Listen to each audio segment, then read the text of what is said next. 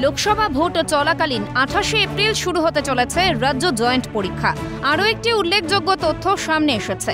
গত বছরের তুলনায় প্রায় 18,000 পরীক্ষার্থী বেড়ে 2024-25 শিক্ষাবর্ষে রাজ্য জয়েন্ট পরীক্ষার্থীর সংখ্যা 1,42,692 জন।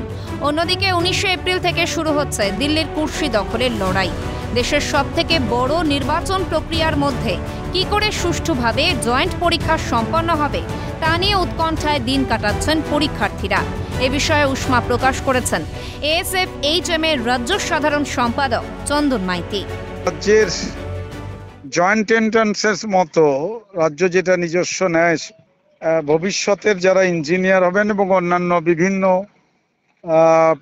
পরীক্ষার প্রবেশিকা, স্বাস্থ্য সহ বিভিন্ন শিক্ষা ট্রেনিং প্রশিক্ষণ যেগুলো রয়েছে তাতে যারা ঢুকবে তার প্রবেশিকার গুরুত্বপূর্ণ পরীক্ষা, সেই পরীক্ষা 28 এপ্রিল ফেলেছে, যখন জাতীয় নির্বাচন কমিশনের সিদ্ধান্ত অনুযায়ী সারা দেশে তথা আমাদের রাজ্যেও নির্বাচন অনুষ্ঠিত হবে।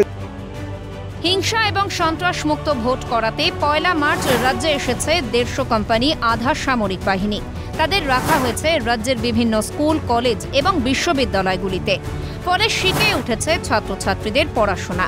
এছাড়া নির্বাচন কমিশনের পূর্ব নির্ধারিত ঘোষণা অনুযায়ী ভোট পর্বে মোট 920 কোম্পানি কেন্দ্রীয় বাহিনী আসার কথা। 47 দিন ধরে নির্বাচন প্রক্রিয়া চলাকালীন এই বিপুল সংখ্যক কেন্দ্রীয় বাহিনী রাখতে আরও বেশি শিক্ষা ভবনের প্রয়োজন রয়েছে। পাশাপাশি রাজ্য জয়েন্টের পরীক্ষার জন্যেও শিক্ষা কেন্দ্রগুলিকে পরীক্ষা কেন্দ্রে রূপান্তরিত করতে হবে। এরকম পরিস্থিতিতে দুদিক কিভাবে সামলাবে রাজ্য প্রশাসন তা নিয়ে শিক্ষক শিক্ষিকারাও প্রশ্ন তুলেছেন। জয়েন্ট এন্ট্রান্স বোর্ড আছেন, তারা তো চিন্তা ভাবনাই করেছেন যে এক্সাম নেবেন, কিন্তু ছাত্রছাত্রীদের দিকে নজর দিলে তাদের তো একটা অসুবিধা থেকেই থাকে। সেটা হলো একটা হচ্ছে নিরাপত্তা, আর একটা হলো পরিবহনের যে ব্যাপারটা আছে। কারণ কিছু কিছু এলাকায় যে ভোট হবে, স্কুল কলেজগুলোতে সেন্ট্রাল বাহিনী থাকবে, যাতায়াতের একটা প্রচন্ড অসুবিধা হবে, সে বিষয়ে কোনো সন্দেহ নেই। সেদিকে একটু দৃষ্টিপাত দিলে বা নজর দিলে ভালো হয়।